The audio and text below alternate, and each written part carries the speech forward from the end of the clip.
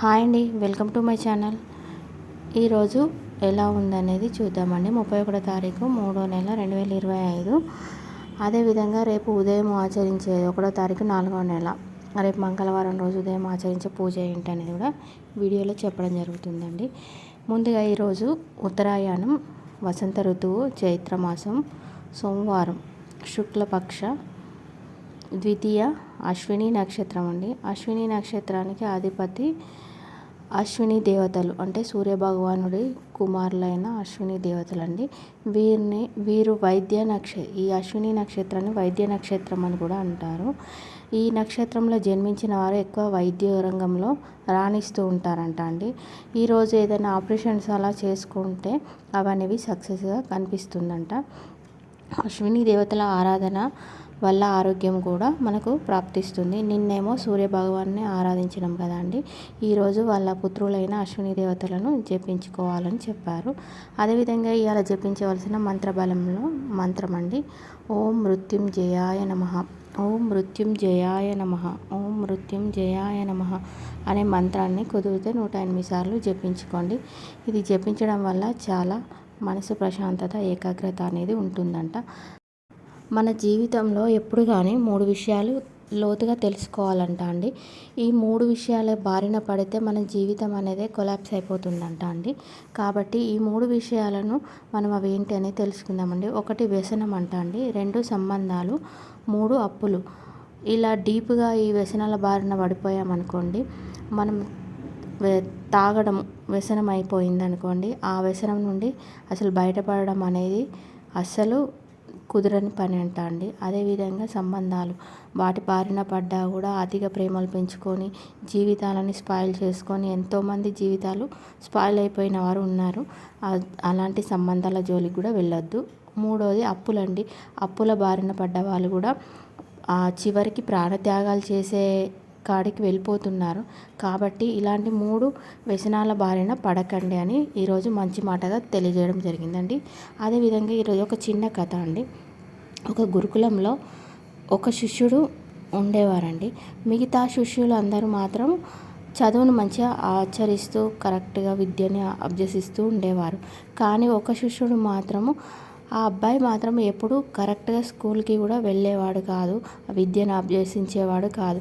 అతని స్కూల్కి వెళ్తున్నా అని చెప్పి బయట తిరగడాలు అలవాటు పడిపోయాడు. అలా అలవాటు పడిపోయి చిన్న చిన్న వ్యసనాలకు అలవాటై అవి కాస్త పెద్దవిగా మారిపోయి అతని యుక్త వయసుకు వచ్చాడు. కానీ తన చదువు మాత్రం పూర్తి కాలేదు.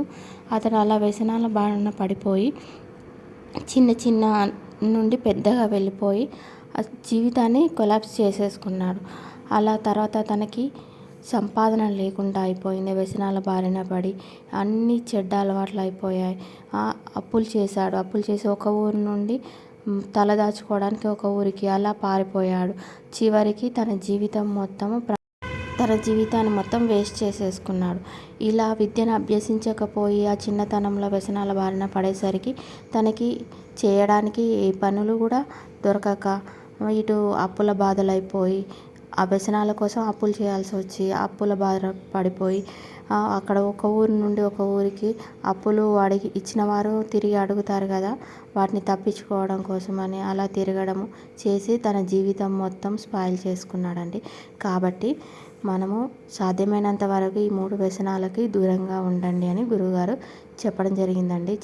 చేసినప్పుడు చిన్నదిగానే అనిపిస్తుందండి, అది చివరికి దాని ప్రతిఫలం అనేది పెద్దదిగా చూపిస్తుంది. కాబట్టి అలాంటి వాటి జోలికి వెళ్ళకండి అని చెప్పడం జరుగుతుంది.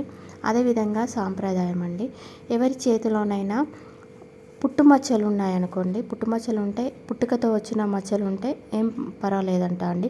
అది కాకుండా ఇప్పుడు అదనంగా టాటోస్ వేసుకుంటున్నారు కదా అండి చేతులకి.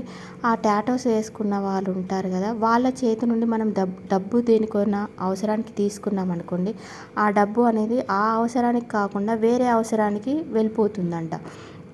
ఆ అవసరం తీరకుండా అలాగే ఉంటుంది. కాబట్టి మళ్ళీ ఆ అవసరం కోసం మళ్ళీ డబ్బులు తీసుకోవాల్సి వస్తుందంట.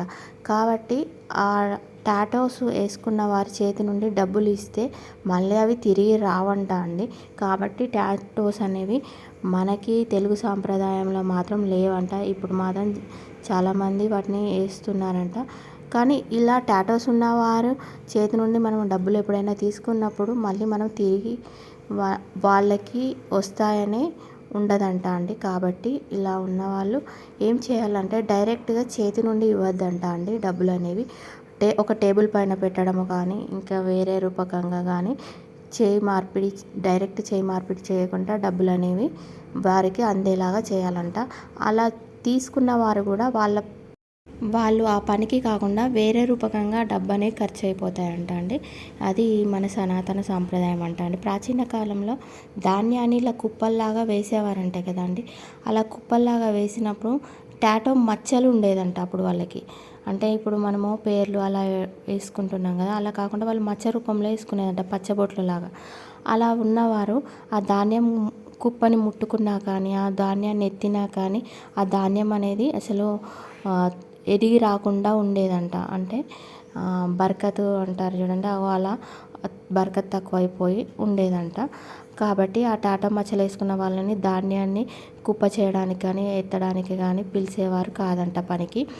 ఇంకొకటి ఏంటంటే ఈ పచ్చడి పెడతాం కదా, నిల్వ పచ్చళ్ళు పెట్టేవారు కూడా ఈ టాటో మచ్చలు ఉన్న వాళ్ళ చేత పచ్చళ్ళు అనేవి పెట్టారనుకోండి ఆ పచ్చడి అనేది ఖరాబ్ అయిపోతుందంట అండి. కాబట్టి దీన్ని చూసి మీరు ఆచరించుకోండి అని చెప్పడం జరిగింది. ఇప్పుడు ఆభరణాలు ఉంటాయి కదండి, అవి ఎప్పుడు కానీ ఎండలో పెట్టకూడదంట అండి. వాటి ఉష్ణోగ్రతలో మార్పులు వస్తాయంట. అవి మనం శరీరం పైన ధరించినప్పుడు చుట్టుపక్కల ఉన్న ఎనర్జీని అంతా అవి తీసుకొని ఉంటాయంట. ఎండలో ఉన్నప్పుడు వాటి ఉష్ణోగ్రత ప్రభావం అనేది చాలా ఎక్కువ అయిపోతుందంట. అవి మన ఒంటిపైన ధరించినప్పుడు వాటి ఎనర్జీ అంతా మన ఒంటిపైన ప్రభావం చూపించి ఆరోగ్యం అనేది క్షీణించుతుందంట. కాబట్టి ఆభరణాలు ఎప్పుడు ఎండలో పెట్టకూడదంట అండి. ఇది సాంప్రదాయం అండి. అదేవిధంగా రేపు ఉదయం ఆచరించవలసిన పూజ, రేపు అంటే 1వ తారీఖు రోజు మంగళవారం రోజు అందరూ ఆచరించుకోవాల్సిన పూజ అండి. రేపు మంగళవారం భరణి నక్షత్రం ఉందంట. కాబట్టి ఆ రోజు చాలా విశిష్టత ఉందంట. దుర్గామాత ముందు కూర్చొని ఎర్రటి పుష్పాలు పెట్టి, ఎర్రటి గరక పెట్టి, ఎర్రటి అక్షంతలు చేతిలో పట్టుకొని అమ్మవారిని వేడుకోవాలంట అండి.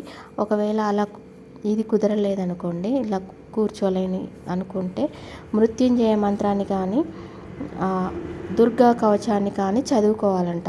అలా చదువుకోలేని వాళ్ళు ఫస్ట్ ముందు చెప్పిన విధంగా ఎర్రటి పుష్పాలని గరికని పెట్టి ఎర్రటి అక్షంతలు చేతిలో పట్టుకొని, అమ్మ మాకు అపమృత్యు దోషాలు కానీ అపకంఠ దోషాల నుంచి మమ్మల్ని దూరం చేయమ్మా అని మొక్కుకుంటే సరిపోతుందంటే అండి.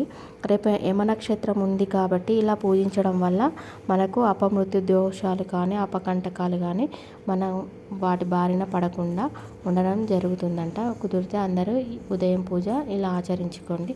అదేవిధంగా ఈరోజు సాయంత్రం ఆచరించవలసిన యోగక్షేమం అండి. ఈరోజు సాయంత్రం ప్రదోష కాలంలో పరమేశ్వరుడి ముందు కానీ లేదా అంటే సుబ్రహ్మణ్యేశ్వరుడి ముందు కానీ కూర్చొని నెయ్యి దీపాలు పెట్టాలండి. పెట్టి మనకు వత్తులు ఉంటాయి కదా ఇంట్లో, ఆ వత్తులలో అరటినార వత్తులు కలిపి వెలిగించాలండి ఈ నెయ్యిలో వేసి. ఇలా వెలిగించి దీపారాధన చేసిన తర్వాత మనము సుబ్రహ్మణ్య కరావలంబన స్తోత్రము పఠించుకోవాలండి. ఇలా పఠించడం వల్ల ఈరోజు చేయడం వల్ల ఆరోగ్యము, ఐశ్వర్య ప్రాప్తి, మనం చేసే పనిలో ప్రగతి అనేది కలుగుతుంది. ఈరోజు ప్రదోషకాలంలో ఈ యోగక్షేమాన్ని కుదిరితే ఆచరించుకోండి. మీకు కనుక మా వీడియో నచ్చితే లైక్ చేయడం మాత్రం మర్చిపోకండి. కొత్తవారైతే నా ఛానల్ని సబ్స్క్రైబ్ చేసుకోండి. Thank you for watching.